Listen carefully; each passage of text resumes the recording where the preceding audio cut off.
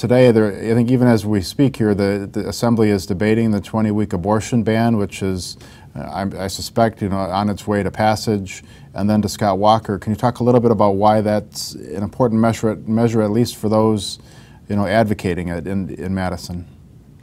Sure. They actually started the day. They hadn't gotten to the actual 20-week abortion ban yet. They were fighting about open records when I left the floor.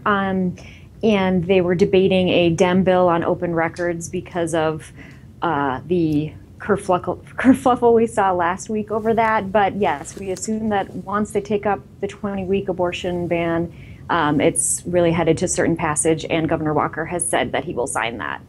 Okay. Let's look at the budget. So overnight we have the final budget in place. A week ago we were sitting here and there were questions about when they would get their deal together. We've talked over the past weeks about a lot of the individual battles in the budget on education and the arena and other issues, but give us sort of the big picture. For Scott Walker and Republicans, clearly this is something they like, and talk a little bit maybe about what direction it's taking the state when you sort of size it all up.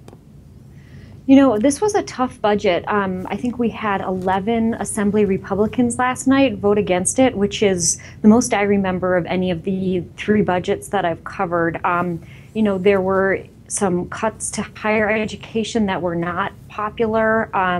There was the last-minute addition of prevailing wage, which was added and passed by the Senate on Tuesday and the Assembly early this morning.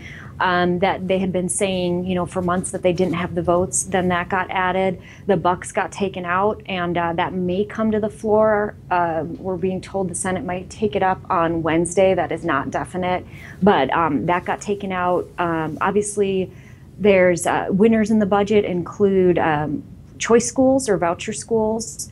There was criticism of the public school funding, however. Higher ed, I don't think a lot of UW officials are going to be thrilled with this budget. The cuts were reduced, but they're still significant. I think that they're saying that they held the line on property taxes, that there are tax cuts, even though they might be small in this budget. But obviously it is not popular with Democrats and moderate Republicans.